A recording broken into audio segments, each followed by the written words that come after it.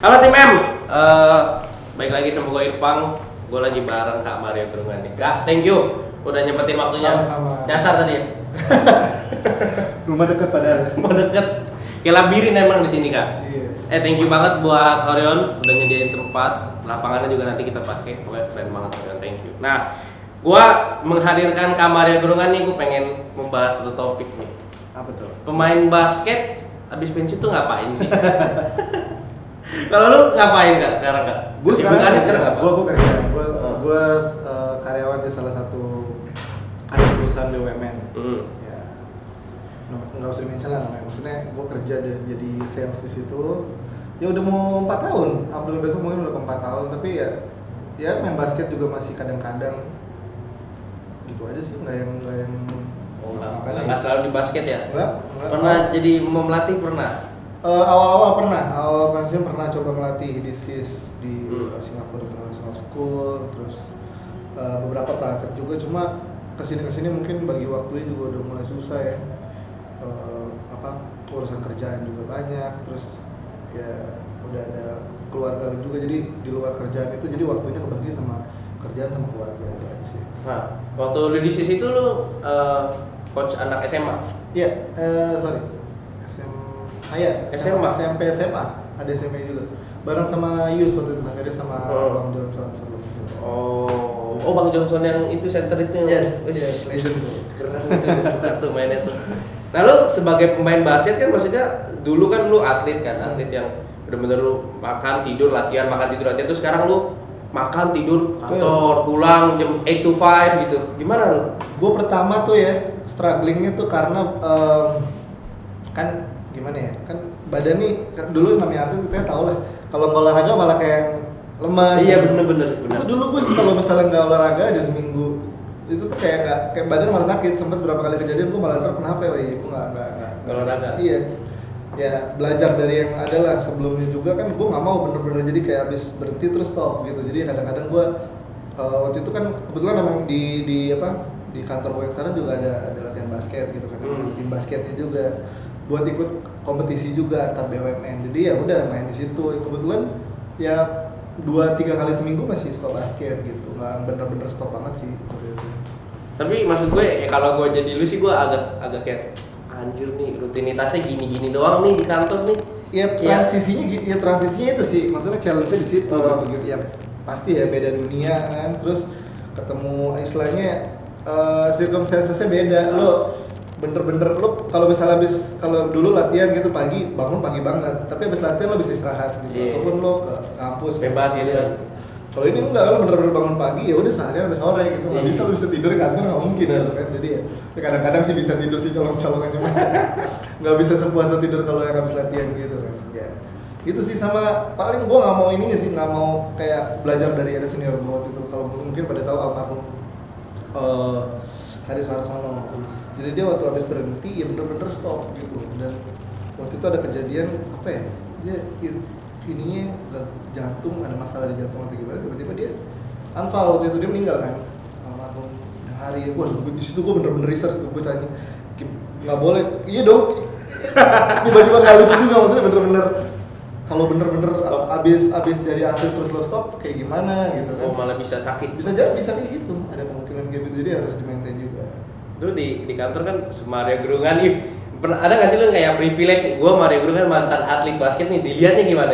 Gua personally paling nggak ada, sebenarnya gue paling malas kalau ada, cuma pasti ada lah kayak misalnya orang kantor lah tiba-tiba ya itu lo nggak bisa pungkiri pasti ada. Cuma gue selalu bilang gue pada saat gue mulai di dunia kerja ini, gue nggak ada. Lu jangan lihat background gue lah. Kalau lu lihat background gue ya gue jadi orang yang bakal beda gitu. Gue nggak mau. Ya kalau misalnya gue diterima ada di satu tim di kantor gue itu, gue selalu bilang ya gue bukan siapa, gue tetap aja baru karyawan yang gue baru belajar. Gue nggak ngerti apa men di dunia profesional gitu. Gue harus bener-bener banyak nanya. Gue paling banyak nanya sama manajer gue gitu. Gue paling banyak nanya, dan supaya gue juga istilahnya biarpun mungkin pengalamannya beda sama mereka, gue di dunia atlet dan mereka di dunia profesional, itu yang gue harus banyak gali gitu. Makanya gue banyak nanya aja udah. Enak tuh. Susah loh, maksudnya Kak, lu kan itu challenge paling gede. Banyak orang tuh ngomong gitu, mungkin karena kan pada saat atlet yang masuk ke dunia kerja ya, background atlet tuh lu harus kan dipakai gitu. Kalau menurut gue sih, kalau emang lu masih bawa background itu lo, istilahnya apa ya, nama lo di dunia atlet nol besar menurut gue. Karena itu nggak bakal bisa dipakai di dunia kerja. Untuk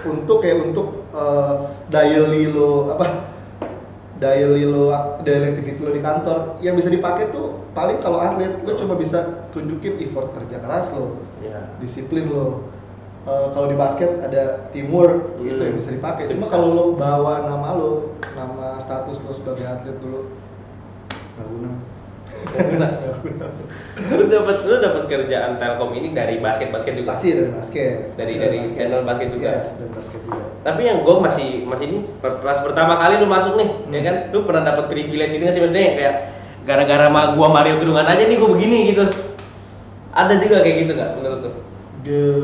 Gue nggak bisa bilang enggak juga. Cuma gini, kebetulan memang waktu itu kantor gue emang ada kayak mereka ada rekrutmen karena big goals-nya memang ada kejuaraan BUMN yang kita harus ikut itu, dan mereka put goals-nya itu tinggi banget, harus juara gitu. Jadi mereka ada open recruitment, bukan cuma gue doang, ada beberapa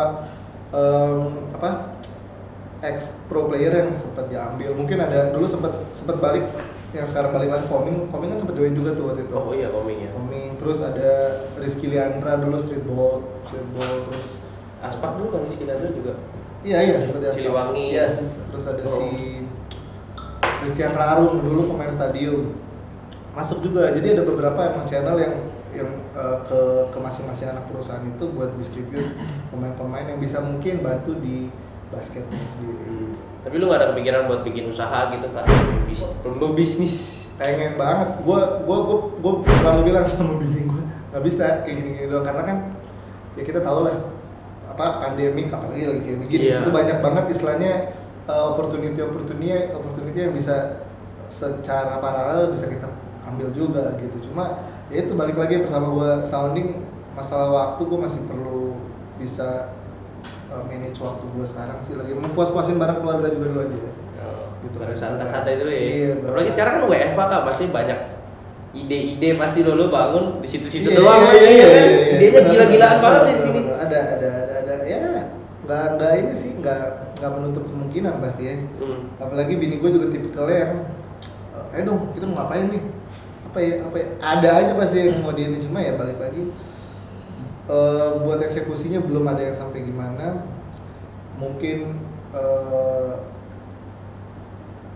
wacananya udah ada, cuma ya tinggal nunggu waktu. Tinggal gerak aja ya. Yes. Anak lu sekarang berapa sih, Kak? Satu. Cewek cowok? Cewek. Mau jadi atlet juga?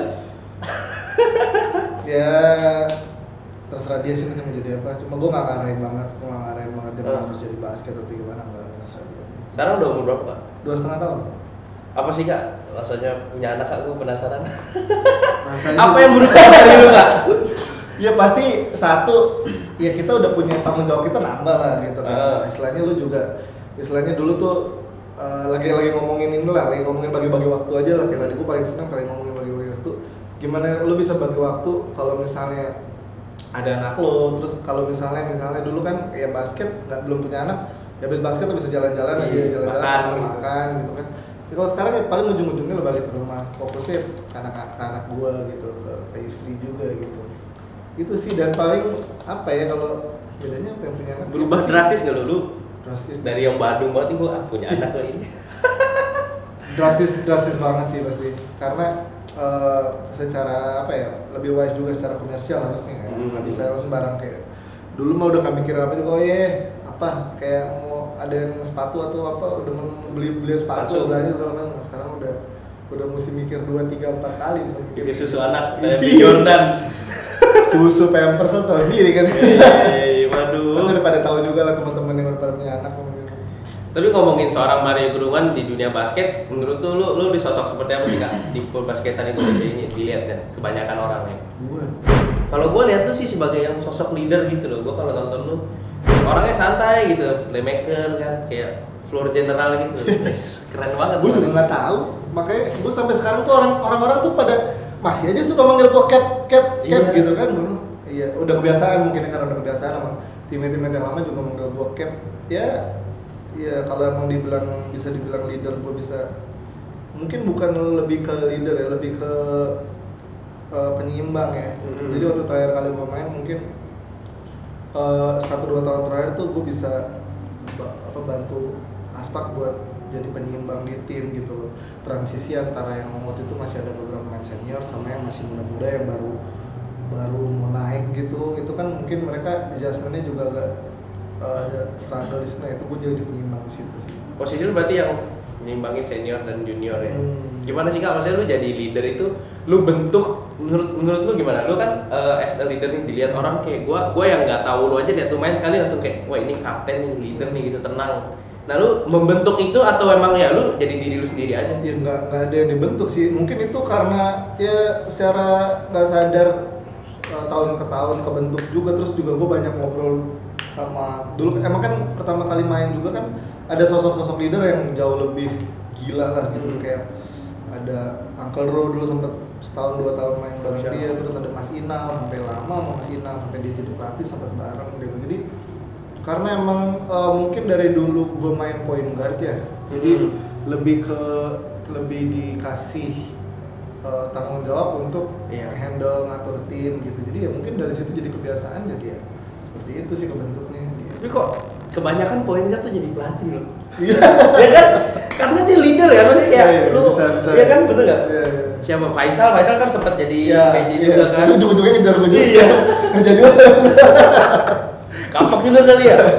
Iya loh, maksudnya karena jiwa leader itu loh, lu jiwa leader ataupun bisa ngatur tim kan, jadi stabilizer di tim, jadi penyeimbang di tim ya. Setuju ya, berarti playmaker tuh biasanya ngatur sih ya, nanti ya ujungnya pelatih aja gitu. Banyak sih banyak. Bener, setuju. Lu di Aspak itu berapa tahun juga dari? Gua start rookie 2007. Ini pro ya. 2007. 2007 rookie-nya, tapi mungkin udah joinnya waktu itu latihan di 2006 akhir kan. Selesainya 2016. Jadi kalau mau dihitung-hitung bersihnya 10 tahun. Selama 10 tahun pertandingan yang paling lu ingat apa? Yang paling bersejarah selama lu main kalau disuruh pilih. Apa semua pertandingan bersejarah buat lu? Enggak, ada satu. Gue ingat banget. Jadi semifinal IBL sebelum kita juara pertama kali itu 2013. Ya. Itu kita ketemu Garuda. Oke. Itu Garuda, gue inget banget. Itu tuh Garuda di situ tuh bener-bener lawan kita ya, maksud gue as a team kita tuh ngerasa tuh yang paling berat emang lawan Garuda saat itu karena dia kompak banget, terus a little bit physical. Jadi kayak mereka tuh, kita tuh kan apa lu tau lah kayak misalnya kalau misalnya ketemu yang kayak begini banyak kayak orang kayak Saverius ataupun siapa yang emosian gitu kan. Iya. Itu dipancingin lewat situ dan kena aja waktu itu kayak beberapa, sampai waktu itu ada momen si Prastawa, momen pertama kali Prastawa rookie waktu itu, pertama kali dia juara 2012 itu dia sampai nggak bisa main karena harus dijahit apa, ada inget gak? Pokoknya gitu lah. Itu Garuda angkatan siapa gitu? Siapa? Dulu coachnya Mas Inal, gue inget coachnya karena mereka secara tim tuh bagus banget gitu. Oh ini si ada Vinton. Oh Kaceng. Itu bukan. Pokoknya yang gue ingat ada Fadlan, Wenda pasti, Chris Gideon, Dira gue ingat ada Dira waktu itu, terus siapa lagi? Jojo ya. Pokoknya waktu itu kita di reguler juga beberapa ada kalah juga sama Garuda kalau nggak salah. Pokoknya istilahnya di situ yang kita paling berat perjalanan dari mulai playoff itu paling berat di semifinal itu. Karena keras game ya. Karena keras. Nah di situ tuh ada gue buzzer beater sekali. Jadi pada saat udah gue lupa skornya lah, terus tiba-tiba dapat kesempatan tinggal beberapa detik tuh gue udah nggak ngeliat. Padahal gue udah lihat ada Ius di samping, cuma gue bilang nggak gue kalau gue passing. Gue dijaga Wenda, kalau nggak salah waktu itu ada dijaga Wenda. Itu gue inget banget karena orang-orang bilang itu ankle breaker atau gimana. Gue juga baru sadar beberapa bulan kemudian pas gue lihat review, pas lihat videonya, gue kayak step back gitu tapi gue tarik ke belakang, tembak 3 itu poin di situ momentumnya kita dapat banget di situ. Itu sih gue inget banget karena ngerasa tense tuh ini banget. Pas di final gue bukan yang gimana, cuma pas di final memang tense lebih oke dibanding pada saat semifinal itu. Gitu. Mungkin anak-anak pada saat itu semua tahu lah di Aspak tensi tinggi banget pas Iya. Garuda itu. Gengsinya juga ya. Wah. Gengsinya pasti lah. Ini udah mau final gitu kan. Garuda juga saat itu timnya solid banget sih memang. Gitu. Sengit. But lu as a cap pernah ribut gak sih sama orang? Berantem gitu? Atau kesel gitu nih? Kesel emang. Orang apaan sih? Pastilah. Cuma kalau yang ribut enggak sih, gue nggak pernah ribut, nggak pernah yang sampai gimana karena PR paling besar gue itu, maksud gue harus bisa kontrol. Kalau gue mikirnya kalau gue nggak bisa kontrol diri gue sendiri juga, gimana gue bisa kontrol orang ngertiin gitu. Nggak sih, gue nggak pernah ribut sampai gitu. Siapa pemain paling ngeselin dulu? Pas main siapa pemain yang paling lu kesel dah? Lawan ya? Lawan tim kan bisa juga dong kesel sama tim dia marah kah atau apa? Dulu siapa? Lawan Gue nggak sih, gue Nggak pernah ya? nggak ada yang sampai gimana. Gue ngeliat lawan gue nggak ada yang sampai gue personal gitu, gue yang nggak pernah sih, gue nggak ada yang sampai gue kesel banget, itu nggak ada. gila. Nggak tahu ya kenapa ya, mungkin karena gue ngeliat mungkin ya gimana pun juga kita kan istilahnya kita battle di dalam doang gitu, kalau di luar semua gue nggak pernah ada masalah sih sama siapapun juga. Kalau pemain yang paling susah dijaga lu kan? Paling susah gue jagain Iya. Yang banget tuh orang. Dimas Aryo. Waduh, Dimas Samit. iya. Gue tuh dari dulu nggak tahu ya, ketemunya kebetulan nama seringnya juga di match up-in sama dia gitu, kayak itu nggak tahu ya, susah banget gitu, cepat ya kan, dia bisa nembak, Nembaknya iya bagus. 3 poinnya ada, terus gerakan tanpa bolanya juga Pintar kan. pintar gitu, dan itu sih Dimas sih paling dulu tuh paling pusing kalau sudah jaga dia.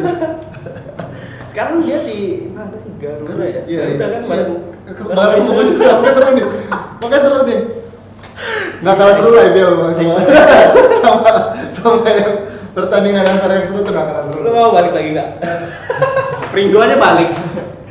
Gua bingung juga kok kalau gue balik, maksud gue Kenapa tuh? gimana ya, kan gue juga udah permanen kan di kantor gue sekarang, jadi kayak menurut gue sih Benar. ya mungkin kalau kemarin sempet kayak yang ini sih, kayak liganya cuma sebentar gitu kan, Iya. Bentar doang bener. bentar doang gitu, kayak kalau misalnya kayak Pringgo gitu sebentar mungkin balik. Cuma sekarang mana ada sih klub yang mau istilahnya silo cuma buat setahun gitu, pasti kan ya oke lah setahun, cuma maksudnya gue pasti mereka terus mau review lagi, dan sayang banget sih, maksud gue kalau misalnya gue harus kayak riset lagi, kayak riset kalau dari karir gue gitu kan, karir gue udah di dunia, gue udah niti karir di dunia profesional, di dunia kerjaan ini udah mulai niti, terus harus balik lagi, itu kayak start lagi dari nol kan saya.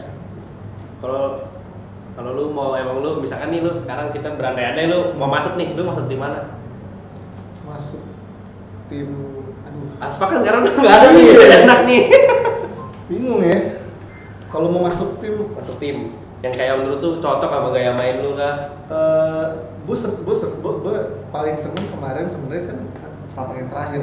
Setapak terakhir tuh gue ini banget gitu, kayak gila, amazed banget gue ngeliat Coach Gibi tuh ngebuat satu tim selama 1 season bisa main. Bagus banget ya. Sebenarnya orang udah tahu modelnya kayak gitu, tapi tetap aja lu nggak bisa stopin dia gitu. Iya, bener. Gue seneng banget, gue pengen main prawira sih kalau emang itu. Udah istilahnya udah gak kegambar, gue pengen gue punya pelatih kayak dia gitu. Bukan karena timnya ya, maksudnya karena emang gue terkagum-kagum ngeliat setapak saat itu sih, kayak gila. Ya semua juga tahu lah, itu tahunnya mereka banget deh. Iya. Gokil banget gitu kan, ngeliat mainnya tuh. Passingnya juga bagus lah gitu ya. Lu tahu cara mainnya, lu bisa squat, istilahnya lu lihat squatting aja, lihat di video. Oh iya mainnya gini. Gini-gini doang, patternnya paling ya gitu-gitu doang ya. Nggak bisa stop dia. Iya kan? Karena Iya. lu mikir gini, dia punya Bergerak solusi buat terus, ini ya. Lu kasih begini, dia punya solusi buat ini. Nah itu yang itu menarik sih. Wah, kalau zaman-zaman lu dulu udah dilatih Coach Gibi gimana tuh? Gokil seru banget. Apalagi tipikal model kayak Yus gitu, waduh, ya kan. Yus kan nemen banget, tak. Apalagi Iya. pas breaknya juga transisinya bagus banget kan. Di Coach Gibi itu kan. Gila sih. Bisa nembak semua lagi. Waduh. Lengkap banget sih emang, makanya sayang banget harus hilang. Sedih gue, itu kemarin terus dibahas terus kan, mana nih setapak? Kayak ditipu gitu ya, kayak dibodoh-bodohin kali ya. Bro, ngobrol-ngobrol sama kayak Kaleb tuh itu kayak dia cita-cita yang kayak begitu-gitulah. Sedih juga, kesel juga gitu. Iya. Koki Mohongnya juga. Ya. Udahlah. Biarkan menjadi kenangan. Ya kenangan. Kemarin gue sempat lihat Instagram Setapak yang Hmm. apa sih sebutannya? Setapak Pacman Pacman. ya. Pacman yang punya foto-foto Setapak kirim dong, Iya. gue liatnya kayak sedih gitu loh. Wah, ntar ada something. Apa tuh? Ntar aja lu tungguin. Gua tungguin nih. Hari ini apa nanti nih? Kita tungguin bareng-bareng nih. Nah maksud gue bilang maksudnya inilah ya nggak mungkin lah setapak cuma gitu aja, maksud gue ya udah lepas gitu aja gitu, pasti dia mau give back lah pasti ke Pacman atau ke orang-orang di basket gitu. Makanya mereka lagi compiling lah, lagi proses tuh mau dibuat something. Gue nggak tahu lah, pokoknya gue kemarin cuma disuruh bantu buat kolek-kolek itu kan, karena mereka tahu kan dulu gue yang paling banyak suka foto-fotoin temen-temen. Dari dulu tuh gue selalu kemana-mana kalau seri gitu, sebelum zamannya vlog gitu-gitu tuh gue udah iseng-iseng gue udah nge-vlogging, cuma gue kesel banget sama waktu itu satu hard disk gue hard disk gue yang buat backup waktu itu tuh ke delete karena dicolok di MacBook kan, jadi kayak ya ampun harus hilang semua, tuh hilang semua, jadi lagi sih semua foto-foto zamannya lucu, foto-foto dari foto lucu-lucu sampai foto keren-keren di situ sama setapak hilang semua. Waduh, sama itu. Maksud peran Pacman waktu itu gimana sih kak? Peran fans Setapak waktu lu main tuh? Wah gila sih mereka tuh ini ya. Dia fans yang rame juga ya. Mereka dibanding yang lainnya. Gimana ya? Lebih dari fans sih kalau menurut gue, mereka kayak keluarga. Karena kan kita juga kadang-kadang buat kayak gathering, kayak misalnya kita pas lagi ke Jogja sebelum mulai final waktu itu kita ajak mereka makan bareng gitu-gitu. Jadi kayak emang berasanya bukan kayak fans ya, kayak keluarga kalau gue ngerasa. Jadi Deket kayak aja gitu ya. iya. Jadi pada saat ada mereka, kita motivasinya bukan cuma buat ke fans ataupun kita bisa ngebanggain fans juga, cuma bener-bener membuat ngebanggain keluarga kita gitu. Yes. Siapa fans yang kayak Pacman sekarang? Kayaknya belum ada ya. Blue Siapa ya? Troops ini lah. Blue Iya, Blue Troops. Troops. Iya. Oh. Satria Muda ya.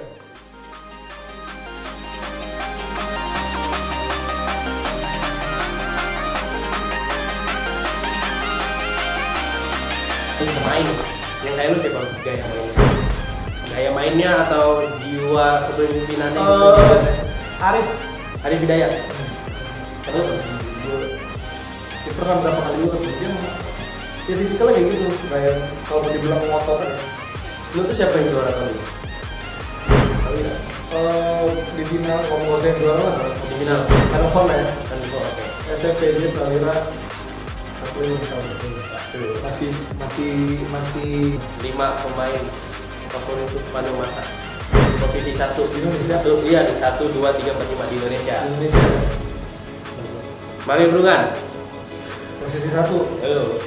Balam. Kan